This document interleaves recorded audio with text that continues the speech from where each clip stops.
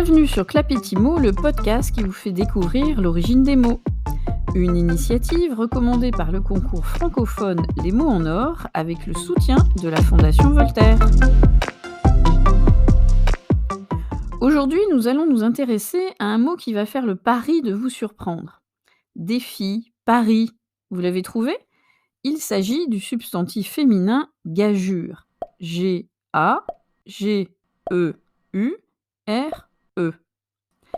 Vous allez me dire, bizarre, pourquoi ne prononce-t-on pas le E ? En langage courant, on prononce souvent gageure, mais plusieurs ouvrages de référence reconnaissent que la prononciation gageur existe. Et ce qui est amusant, c'est que dès la fin du XVIIe siècle, on sentait déjà le besoin de fournir des indications sur la manière de prononcer, ce qui dénotait bien déjà une confusion en raison de la graphie même du mot. Nous allons, pour cet épisode, privilégier donc gageure. Bravo. Alors, si l'on avait à définir notre mot du jour, on pourrait dire que la gageure, c'est une action ou un projet peu croyable, ressemblant à un pari hasardeux. C'est une gageure de vouloir raisonner cet entêté. Signifie que vouloir raisonner cette personne qui ne veut pas entendre est une idée improbable. Aussi, si vous dites « il a fait la gageure de gravir la plus haute montagne en un temps record », cette phrase signifie bien que vous vous lancez un défi des plus audacieux. Idée improbable, défi audacieux, pari difficile ou risqué pourraient être donc des synonymes le définissant, et l'on voit bien que notre mot a de multiples facettes. Pour le comprendre, nous allons nous lancer le défi justement de remonter à ses origines.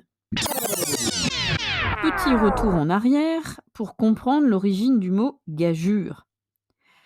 Figurez-vous que notre mot viendrait du francique. Vous savez, la langue parlée par les Francs. On vous explique alors tout de son parcours sinueux à travers les époques. On trouve les traces du verbe gager en ancien français du XIe siècle, XIIe siècle. Il serait lui-même issu du francique wadi, évolution d'un mot latin vulgaire, wadiare, lui-même issu d'un mot germanique wadja, qui signifie quoi à votre avis ? Eh bien, gage. En français, on va ainsi le garder comme terme juridique pour signifier que l'on garantissait une situation au moyen de gage.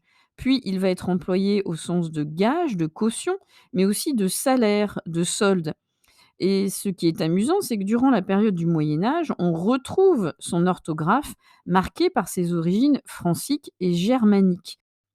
Faire wageur ou wagure désignait une convention par laquelle deux ou plusieurs parties s'engageaient à verser une certaine somme ou à donner un certain objet à la partie qui aurait raison.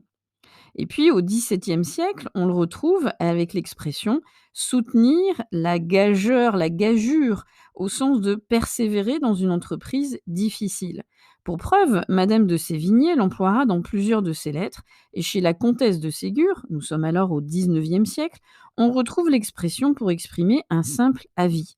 Je gage que si, je parie que non, sont d'ailleurs des propos que l'on retrouve dans des personnages de La mémoire d'un âne qu'elle avait écrit en 1860.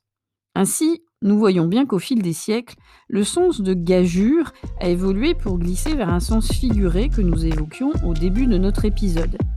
Mais sachez que cela ne sera pas une gageure que de continuer à vous offrir d'autres épisodes pour vous faire découvrir l'origine et la richesse de nos mots.